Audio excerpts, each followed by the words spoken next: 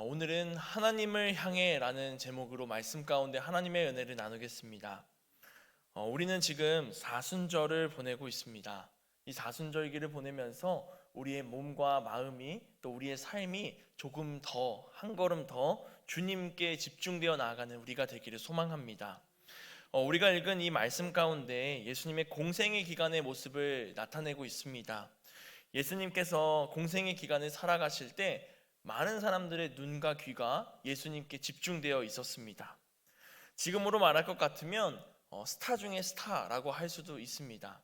아주 많은 사람들이 관심을 갖고 있는 공인이라고 할 수도 있겠죠. 예수님께서 가시는 곳이면 연예인들이 가는 곳에 팬들이 따라가듯 예수님이 가는 곳이면 많은 사람들이 예수님을 따라갔습니다. 그러나 팬들만 있었던 것이 아닙니다. 그 가운데 예수님을 어떻게든 흠집을 내려고, 예수님의 그 빈틈을 노려서 예수님을 무너뜨리려고 노리고 있는 사람들 또한 있었습니다. 예수님을 제자로 따라가는 사람들도 있었고, 또 예수님을 칭찬하면서도 그 뒤로는 예수님의 말에 꼬투리를 잡고 공격하는 사람들도 있었던 것입니다. 오늘도 역시 예수님의 주변에는 바리새인들이 있었습니다. 이 말씀 가운데 예수님과 제자들이 길을 가고 있는데 배가 고팠습니다. 시장하여라고 기록되어 있죠. 배가 고파서 그 주변에 있는 밀밭의 이삭을 잘라 먹었습니다. 그런데 예수님이 가시는 곳마다 바리새인들이 있었습니다. 그랬기에 그것을 보았습니다. 정말 일거수일투족 떨어지지 않고 보고 있었다라는 생각이 들 정도로 예수님이 하는 모든 행동, 제자들이 하는 모든 행동에 트집을 잡습니다. 그래서 바리새인들이 이 예수님께 시비를 거는 것입니다. 우리 2절 말씀인데요, 제가 봉독해 보겠습니다. 바리새인들이 보고 예수께 말하되 보시오, 당신의 제자들이 안식일에 하지 못할 일을 하나이다. 지금 제자들이 한 일은 배가 고파서 밀을 잘라 먹은 겁니다. 지금의 현대 사회로 보면 이게 무엇이 잘못이 될까라는 생각이 듭니다.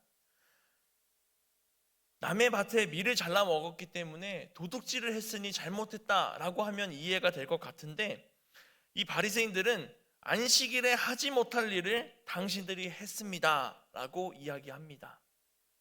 즉 안식일에 그 밀의 이삭을 땄다는 것이 잘못됐다라는 것입니다. 출애굽기 20장 8절 말씀을 보면 이렇게 기록하고 있습니다. 우리 함께 봉독해 보겠습니다. 안식일을 기억하여 거룩하게 지키라. 아멘. 이것은 십계명의 제4계명이기도 합니다.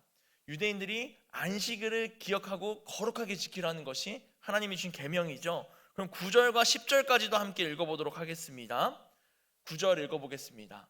엿새 동안은 힘써 내 모든 일을 행할 것이나 일곱째 날은 내 하나님 여호와의 안식일인즉 너나 내 아들이나 내 딸이나 내 남종이나 내 여종이나 내 가축이나 내 문 안에 머무는 객이라도 아무 일도 하지 말라. 아멘. 우리 한 가지 더 말씀을 찾아보고 함께 나누려고 하는데요, 출애굽기 34장 21절입니다. 함께 읽습니다.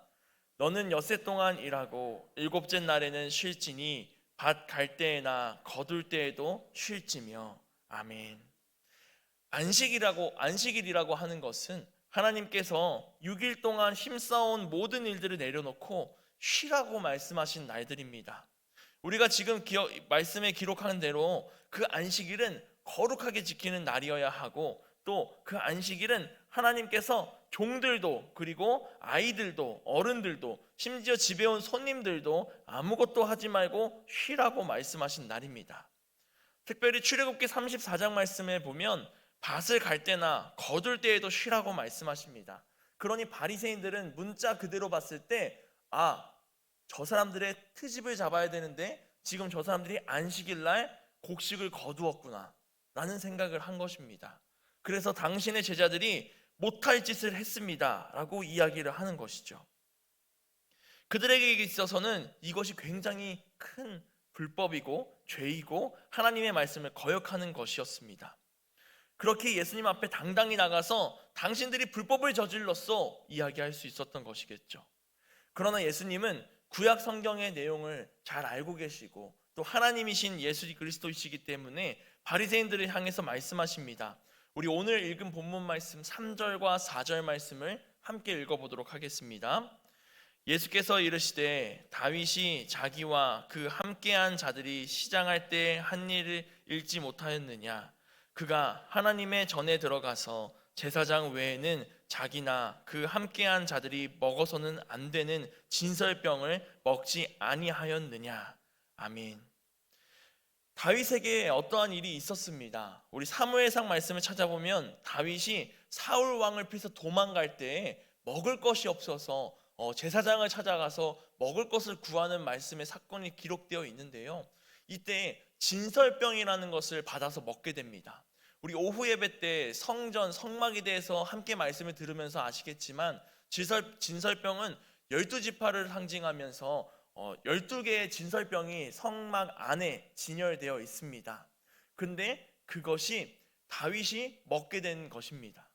원래는 안식일 때마다 그 새로운 진설병들로 바꾸면서 나오는 진설병은 제사장들이 먹게 되어 있었습니다. 그러나 다윗이 오늘 그것을 먹게 된 것이죠. 우리 오늘 사무엘상 21장 1절에서 6절 말씀, 조금 길 수 있지만 우리 함께 이 말씀 읽으면서 다윗에게 있었던 이야기를 함께 성경으로 찾아보도록 하겠습니다. 사무엘상 21장 1절부터 6절입니다. 우리 한 목소리로 읽겠습니다. 다윗이 노베에 가서 제사장 아히멜렉에게 이르니 아히멜렉이 떨며 다윗을 영접하여 그에게 이르되 어찌하여 내가 홀로 있고 함께하는 자가 아무도 없느냐 하니 다윗이 제사장 아히멜렉에게 이르되 왕이 내게 이를 명령하고 이르시기를 내가 너를 보내는 것과 내게 명령한 일은 아무것도 사람에게 알리지 말라 하시기로 내가 나의 소년들을 이러이러한 곳으로 오라고 말하였나이다. 이제 당신의 수중에 무엇이 있나이까? 떡 5덩이나 무엇이나 있는 대로 내 손에 주소서 하니 제사장이 다윗에게 대답하여 이르되 보통 떡은 내 수중에 없으나 거룩한 떡은 있나니 그 소년들이 여자를 가까이만 하지 아니하였으면 주리라 하는지라. 다윗이 제사장에게 대답하여 이르되 우리가 참으로 3일 동안이나 여자를 가까이 하지 아니하였나이다. 내가 떠난 길이 보통 여행이라도 소년들의 그릇이 성결하겠거든 하물며 오늘 그들의 그릇이 성결하지 아니하겠나이까 하매 제사장이 그 거룩한 떡을 주었으니 거기는 진설병 곧 여호와 앞에서 물려낸 떡밖에 없었음이라. 이 떡은 더운 떡을 드리는 날에 물려낸 것이더라. 아멘. 다윗이 지금 사울 왕을 피해서 도망가고 있을 때 거짓말을 했습니다. 홀로 도망가고 있었는데 이 제사장 아히멜렉이 군대를 이끄는 다윗이 혼자 온 것을 수상하게 여길까봐 내 지금 부하들이 저기 이러이러한 곳에 숨겨놓고 거기서 만나기로 했는데 지금 먹을 것이 없으니 나에게 먹을 것을 좀 주시옵소서 라고 이야기합니다. 그래서 이 제사장은 내리는 진설병을 다윗에게 주게 됩니다. 이 이후의 말씀을 들어보면 그 가운데 보관되어 있던 골리앗이 사용하던 칼도 다윗에게 주면서 다윗이 나아갈 수 있도록 도움을 주는 역할을 합니다. 오늘 예수님께서 말씀하시는 것이 이것입니다. 지금 다윗이 율법에 적힌 대로 그 문자 그대로만 보면 제사장들만 먹을 수 있었던 거룩한 떡, 진설병을 먹었으니 다윗도 죄인이지 않겠느냐. 그런데 너희는 왜 다윗은 그냥 죄인이 아니라고 하고 오늘 나의 제자들이 먹은 그 밀을 먹은 것에 대해서 죄라고 이야기하느냐라고 말씀하시는 것입니다. 바리새인들에게 그들의 의견에서 정당성과 타당성이 떨어짐을 보여주시는 것입니다.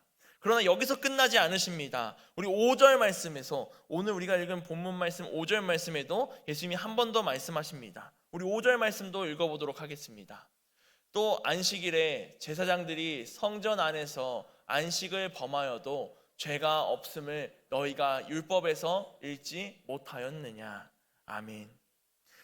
무슨 말씀이냐면 모두가 쉬어야 하고 모두가 일을 하지 말아야 하는 그 안식일에 제사장들은 성전 안에서 쉬지 않고 제사를 드린다라는 것입니다. 그런데 그것은 잘못된 것이 아니지 않느냐. 억지를 부려본다면 이것도 율법에 어긋나는 것인데 그들이 죄가 없음을 너희가 율법에서 읽지 못하였느냐. 그러니 우리가 지금 행동한 것도 죄가 아니다라고 이야기를 하시는 겁니다. 결국 하나님께서 안식을 만드신 이유가 무엇인지 바리새인들은 잊어버리고 있는 것입니다. 사람들의 행동을 제한해서 아무것도 못하게 하고 불편하게 하고 그로 인해서 죽어가게 하고 자유를 구속시키는 것에 목적이 있었을까요? 아닙니다. 하나님께서 안식일을 만드신 것은 6일간의 사람들이 열심히 살아간 후에 하루 쉴 수 있도록 하신 것입니다. 거기에 부자든 가난한 자든 남자든 여자든 노예든 상관없이 모두가 쉴 수 있게 말씀하시는 것입니다. 마가복음 말씀에 보면 예수님께서 이렇게 말씀하십니다. 사람이 안식일을 위하여 있는 것이 아니요 안식일이 사람을 위하여 있는 것이다. 우리가 안식일을 위해서 있는 것이 아니라 안식일이 우리를 위하여서, 우리에게 쉼을 허락하시기 위하여서, 우리에게 보다 하나님께 집중할 수 있는 시간을 주시기 위하여서 있는 것이라는 말씀입니다. 그런데 예수님을 어떻게 해서든 벌을 주고 싶어 하던 바리새인들에게는 이제 이러한 하나님의 마음은 온데간데 없고 그 율법을 자기 입맛에 맞춰서 사용하고 있습니다. 우리는 지금 사순절을 보내고 있습니다. 우리가 함께 묵상하는 이 12장의 말씀은 우리 교회 초등부 아이들이 오늘 묵상해야 될 말씀 범위 중에 한 부분입니다. 우리 초등학생 아이들도 이 사순절 기간 그 날 동안 매일매일 말씀을 묵상하고 간단한 퀴즈들을 풀면서 하루하루를 보내고 있습니다. 그 아이들도 그렇게 하고 있는데 어른된 우리들도 마찬가지로 잊지 말아야 할 것은 나의 삶의 중심이 내가 아니라 주님이 되어야 한다는 것입니다. 오늘 바리새인들은 내가 삶의 중심이었습니다. 겉으로는 외식하면서 하나님의 말씀에 순종하는 것처럼 보이나 자신들이 원하는 대로, 자신들의 입맛대로, 자신들에게 유익이 되는 대로 율법을 사용하고 그것으로 사람들에게 겁을 주고 살아가고 있었기 때문입니다. 내 의지대로, 내 노력으로 우리가 주님 앞에 나아가려고 한다면 한없이 무너지고 흔들리고 연약함이 보일 것입니다. 그러나 이 사순절 기간, 우리가 하나님 앞에 집중하여 나아가는 이 기간이 우리에게는 때로는 주님 앞으로 한 걸음 더 나아갈 수 있는 기회가 되는 줄 믿습니다. 하나님이 우리를 얼마나 사랑하시는지 아들인 예수님을 우리에게 보내주신 것처럼 우리도 이 사순절 기간만큼은 주님 앞에 나아가는 우리들이 되기를 소망합니다. 그래서 우리가 지금 묵상한 말씀처럼 바리새인들과 같이 되지 아니하고 우리는 하나님 나라 백성으로서 하나님 말씀에 나를 맞추는 삶을 살아가는 우리가 되기를 소망합니다. 우린 때론 나의 삶에 나의 유익 가운데 하나님의 말씀을 끼워 맞추려고 합니다. 바리새인과 서기관들, 사두개인들 등 예수님을 괴롭히고 핍박하고 감시하고 힘들게 했던 이들은 그 당시 성경의 전문가라고 할 수 있었던 사람들입니다. 성경을 모두 외우고 율법에 빠삭한 사람들이었습니다. 그런데도 말씀을 자신들의 전통에 맞추어서 생활하려는 잘못된 신앙을 가지고 있었습니다. 앞뒤가 바뀐 것이죠. 신앙의 기준은 하나님이 되어야 합니다. 우리 자신이 아닙니다. 그런데도 이들은 나의 마음 가운데, 우리가 지키는 전통 가운데 하나님의 말씀을 어떻게든 끼워 맞추려고 했습니다. 우리 신명기 6장 5절 말씀을 함께 읽어보려고 합니다. 신명기 6장 5절입니다. 너는 마음을 다하고 뜻을 다하고 힘을 다하여 내 하나님 여호와를 사랑하라. 아멘. 우린 이 말씀처럼 내 마음과 뜻과 힘을 다해서 하나님을 사랑하는 자녀들이 되기를 소망합니다. 그러나 우리는 너무나도 연약하고 부족하여서 내 마음과 뜻과 힘을 다하여 나를 위하여 살아갈 때가 많습니다. 우리의 모습을 한번 돌아보며 나아가기 원합니다. 예수님 당시의 바리새인들의 모습에서 우리의 모습이 보이지는 않는지 한번 되돌아보려고 합니다. 우리에게 유일한 말씀만 골라서 순종하려고 하고 또 우리에게 유익이 되는 말씀만, 내 마음에 위로가 되는 말씀만 내 삶에 맞춰서 끼워 맞춰서 외우고 밑줄 긋고 생각하려고 합니다. 그런데 때로는 내 잘못을, 내 약점을, 내가 지은 죄를 콕 집어서 하시는 말씀은 모른 채 할 때가 있습니다. 우리 교회는 하지 않지만 새해가 되면 많은 교회들 그리고 많은 단체들에서 한 해의 말씀 뽑기를 합니다. 그 말씀을 뽑고 그 말씀을 암송하고 이 말씀에 주시는 은혜를 한 해 동안 가지고 살아야겠다라는 의미가 있는데, 때로는 그 말씀을 뽑았을 때 나를 혼내는 말씀도 있습니다. 나에게 벌을 주시겠다는 말씀도 있고 나에게 심판하시겠다는 말씀도 있습니다. 그럼 어떻게 할까요? 다시 뽑습니까? 제비뽑기 함 안에 다시 넣고 이 말씀 마음에 안 듭니다, 다시 뽑겠습니다 라고 하나요? 때로는 핸드폰 어플을 통해서도 말씀을 뽑을 때가 있습니다. 그런데 저도 한번 해봤는데 계속 뽑습니다. 버튼만 누르면 말씀이 계속해서 뽑히니까 좋은 말씀, 나에게 맞는 말씀, 은혜가 되는 말씀이 나올 때까지 계속 뽑아보는 겁니다. 이처럼 우리는 때로는 나도 모르는 사이에 나에게 말씀을 맞춰 살아가려고 합니다. 그러나 우리는 하나님 말씀에 나를 맞춰서 살아가는 삶을 살아야 하는 줄 믿습니다. 하나님의 말씀이 때로는 나에게 너무나도 부담스럽게 다가옵니다. 너무나도 무겁고 때로는 무섭고 두렵고 때로는 기분이 상하기까지 합니다. 그럼에도 불구하고 우리는 나 자신을 말씀으로 나아가야 합니다. 말씀을 가지고 말씀의 중심을 두고 살아가는 우리에게 하나님이 함께 하시는 줄 믿습니다. 우리가 이 세상에 살아가면서 힘들고 지칠 때 하나님이 주시는 대로, 하나님이 말씀하시는 대로 그것에 순종하며 나아가는 우리가 될 때 조금은 더 기쁨으로, 또 즐거움으로, 내 마음 가운데 더 큰 위로로 살아갈 수 있는 줄 믿습니다.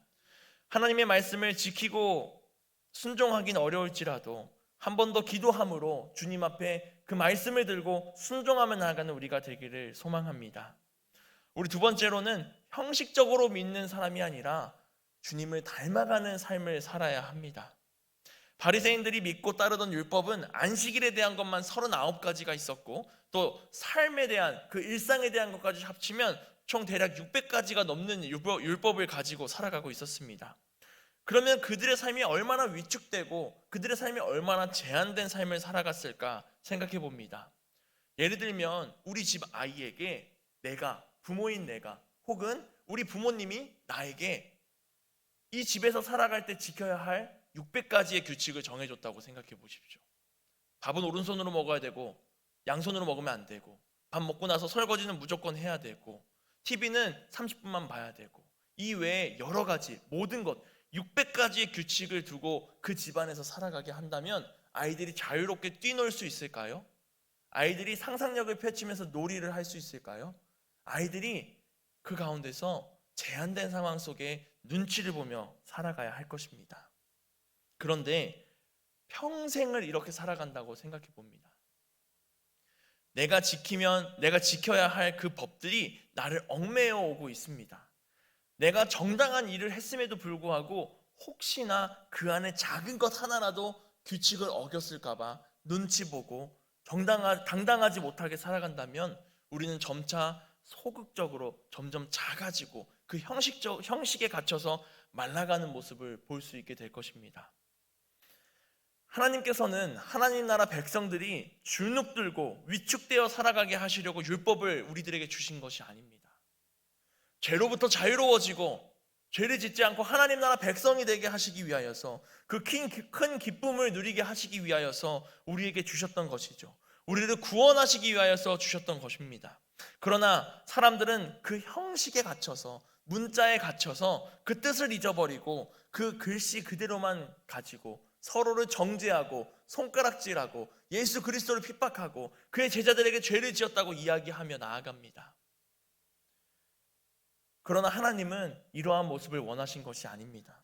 우리 호세아 6장 6절 말씀 함께 읽어보도록 하겠습니다. 나는 인애를 원하고 제사를 원하지 아니하며 번제보다 하나님을 아는 것을 원하노라. 아멘.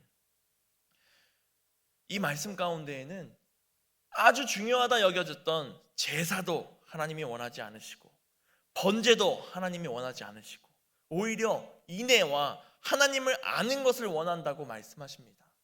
그 형식적인 어떠한 것보다 하나님을 아는 것, 마음을 다하고 뜻을 다하고 힘을 다하여 하나님을 사랑하는 것을 하나님께서 원한다고 말씀하십니다.